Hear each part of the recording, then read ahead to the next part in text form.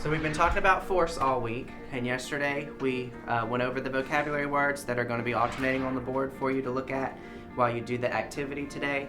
When I go into Mr. Suarez's classroom, magic happens, and it happens in science, and that's usually a very tough field for little boys and little girls. And to watch them truly do hands-on experiments and learn, it's amazing. I thought that Mr. Suarez was gonna be like all the other teachers, but he has fun while doing it. So that changed everything.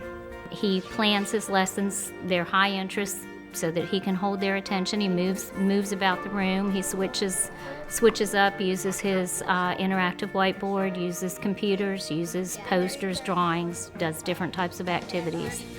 I like it whenever we switch up groups and then we do experiments and worksheets together. He's just very good at engaging his students and keeping them engaged for the entire class period. Kids like to do. They don't like to sit. They don't like to, just be passive. And he allows them to be active in their learning. They're not just sitting there listening or looking. They're participating, and he does that all the time. I mean, that's the way he gears his teaching. I like all the experiments mostly because it shows us more than him reading out of a textbook and us trying to imagine it in our heads.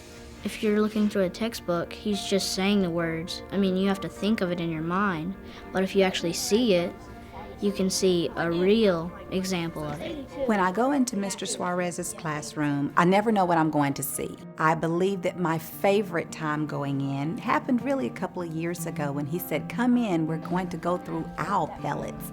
I'm thinking, what in the world? We had to put on gloves and we had the tweezers, and then the owl pellets were wrapped up, and then we dug in them. He gave you some tweezers and like a little plastic knife and some gloves so you can dig through it, and you dig out bones and you lay it down on a construction sheet and you match the bones up with whatever animal it is, and then you try to build the animal. I was very grossed out, but it was fun because we got to learn new stuff about what they ate and how they ate it. He does examples like with Coke. Yeah, it's a chemical change. He put a Mento mint flavor inside of a big Coke liter, and then he just pulled the red rope and he just ran away, and then it just sprayed out. Like we're doing a project today where we're putting a glass of water on this cardboard plate, and we're spinning them around with the yarn, and if you spin them around real fast, they'll stay on the yarn. And it's inertia, but when you let go, then it'll still be moving. We got our cup of water, and we put it on the cardboard, we swung it around, and the force was strong enough to keep it on the cardboard without gravity pulling down on it to make it stop, but eventually it fell off, and water went everywhere. They've gained a lot of knowledge, and they've done it in a way that engages them in what they're doing. So Mr. Suarez is very good at planning the kind of activities that stay with the students. Mr. Suarez is always involved in things going on around the school. He's constantly evaluating textbooks, seeing what's coming to the classrooms, being on the cutting edge of technology.